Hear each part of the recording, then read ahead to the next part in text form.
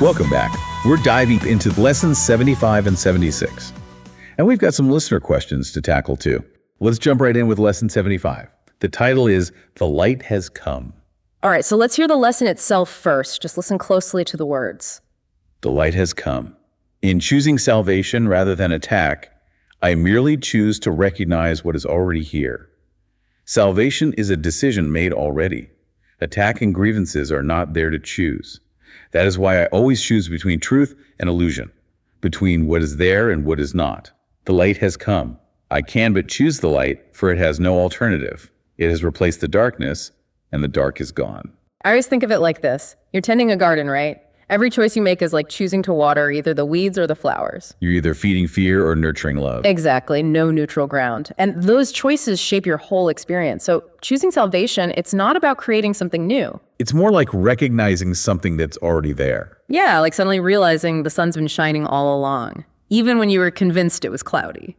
And the lesson says it outright. Salvation is a decision already made, not some future goal to achieve. Yeah. It's a state of being that you choose to acknowledge right now. Right, and that's why it says attack and grievances, all those thoughts and feelings that cause suffering, they're not real choices. They're illusions. Exactly, not part of the truth of who you are, or reality itself for that matter. So it's like all those problems you see, the darkness, it's kind of like a mirage in the desert. And the light is the real oasis. Always there, but easy to miss when you're caught up in the illusion. So every decision boils down to this. Are you choosing what's real, the truth, the light that's already here, or are you buying into the illusions, the attack thoughts, the grievances? That's it. You're aligning your awareness with what's already true. And that last line is so powerful. It has replaced the darkness and the dark is gone. Like that's it. Game over. Light wins. There's a finality to it. No more room for doubt. It speaks to the absolute power of light. Perfect timing, because we have a listener question that gets right to the heart of this light and darkness thing. Let's hear it. What are they asking? They ask, can you contrast lightness versus darkness in A Course in Miracles?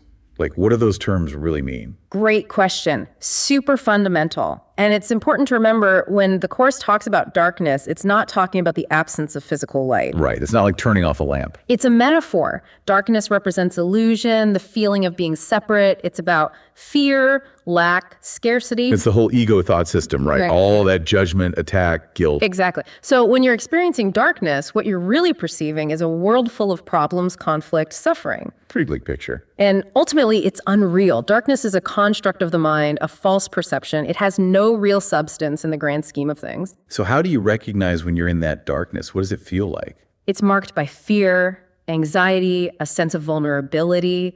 You believe in limitations, especially the limitations of the physical world. And ultimately, it leads to pain and suffering because you're disconnected from the truth. And then there's light. Light represents truth, unconditional love, unity. It's the realm of the Holy Spirit, guiding you towards forgiveness and healing. So instead of a world of conflict and separation, the light shows you a reality based on love, abundance, connection. Exactly. It's the awareness of your true nature. You are one with the divine. And unlike darkness, light is the ultimate reality. And what does it feel like to experience that light? Well, you feel deep peace, joy, security. It comes from recognizing your spiritual nature, your connection to the source of everything. And it leads to forgiveness, healing, even miracles. So to sum it up for our listener, darkness is illusion, light is reality. Darkness comes from the ego, light comes from God, from the Holy Spirit. And choosing darkness leads to suffering and separation. Choosing light brings you peace and unity. That's the core of it. The Course is giving you a choice. And the path it lays out is all about choosing light, choosing love, forgiveness, unity. Exactly. Now let's move on to lesson 76. I am under no laws but God's. Powerful title. Here's the lesson. I am under no laws but God's. Here is the perfect statement of my freedom. I am under no laws but God's. I am constantly tempted to make up other laws and give them power over me. I suffer only because of my belief in them. They have no real effect on me at all. I'm perfectly free of the effects of all laws save God's, and His are the laws of freedom.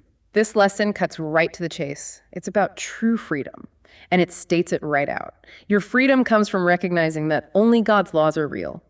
And when the Course says God's laws, it means the principles of love, unity, and truth. Makes you think about all those rules we live by, both the ones imposed from outside and the ones we make up ourselves. Right? All those shoulds and have tos. The lesson is saying we're constantly tempted to make up our own laws and then believe they have power over us. Like societal norms, expectations, our own limiting beliefs. Exactly. But here's the key. Our suffering doesn't come from the external circumstances themselves. It comes from our belief in these man-made laws. So it's not the situation, it's our reaction to it. And the lesson is very clear. These laws have no real effect on me at all. They only have the power we give them. Which is incredibly empowering. If we're the ones giving them power, we can also take it away. Absolutely. And it ends by reminding us that God's laws are laws of freedom. They don't restrict you, they liberate you. This leads perfectly into our next listener question, which is all about how to interpret statements in the Course. What are they wondering about? They ask, when the Course says the light has come, is this meant to be aspirational? Like, is it a goal to work towards, or is it something else? This is a really important distinction to understand in the Course. It's saying that the light has come is not aspirational. It's not something you have to achieve in the future. So it's not a goal. No, it's a statement of current reality. It's saying that salvation, enlightenment, that light we talked about, it's already here. So it's like the sun is already shining. We just have to clear away the clouds blocking our view. Precisely. Spiritual awakening is about recognizing the light, not attaining it. It's about removing the blocks in our own minds that prevent us from seeing what's already there. We're not creating the light. We're just allowing ourselves to perceive it. Exactly. And the Course says it's the ego that denies the light. Because the ego loves the darkness. That's where it thrives. Right. The ego wants to keep us separate, keep us in fear. So when the Course says the light has come, it's directly challenging the ego's whole game. So saying it's aspirational, like something to strive for, that actually plays right into the ego's hands. It does, because aspiration implies a future goal, something you don't have yet. But the Course is always emphasizing the present moment. Truth is already here right now. And the ego loves to keep us focused on the future, always striving for something we don't have. It's a distraction from the peace that's available right now. Exactly. It keeps us from recognizing our oneness with God, which is our true reality. So the key takeaway is this. The Course isn't about changing some external reality or achieving some future state. It's about a shift in perception. It's about recognizing the perfection that's already here. And the light has come is a declaration of that present truth. It's an invitation to see the love and unity that are already part of who you are. It's not about striving, it's about recognizing what is. Perfectly said. So as we wrap up this deep dive, the lessons we explore today are really intertwined. You have the power to choose to see the light that's already here. You can let go of the illusions of darkness. And you find true freedom by letting go of all those self-made laws that cause suffering. They give us a powerful framework for changing how we see the world, for experiencing more peace in our lives. So as you go about your day, ask yourself, where am I clinging to laws that are causing me pain? Maybe it's beliefs about myself or about how the world works. What would it feel like to truly embrace the freedom that's already mine? The freedom that comes from recognizing the light that has already come. Keep reflecting on these ideas and let them guide you towards a deeper understanding of yourself and your reality.